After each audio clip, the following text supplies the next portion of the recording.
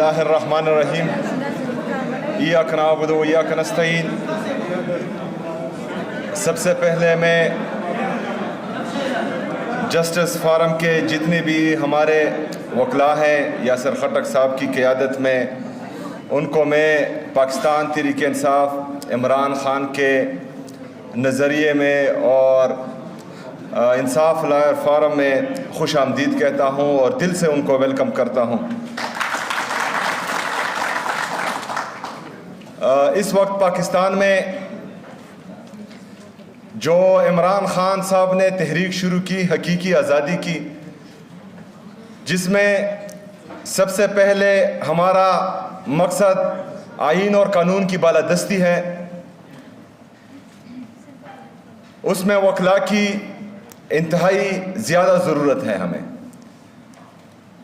क्योंकि जिस तरह आप सब ने देखा कि 26वीं आईनी तरमीम के ज़रिए जिस तरह हमारी अदालतों को मफलूज किया गया, उसकी ज़िंदा मिसाल देखने के लिए आपको पीछे जाने की ज़रूरत नहीं है। 2 दिन पहले मेरे साथ जो हुआ है वो पूरी दुनिया ने देखा है।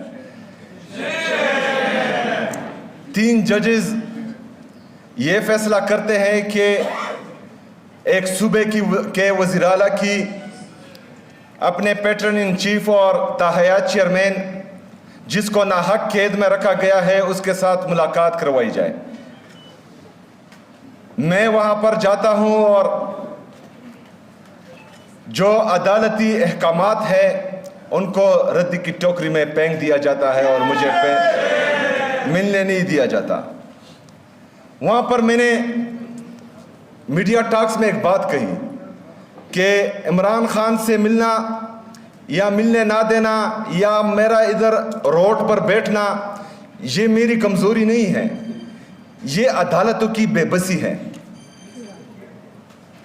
ये अदालतों की बेबसी इसलिए है कि जजेस जो हैं वो अपने अहकामात नहीं मनवा पा रहे। रात को फिर मैं अरशद शरीफ शहीद साहब के घर गया, उनकी 3री बरसी पर उनके घर वालों से इजहार ताज़ियत के लिए।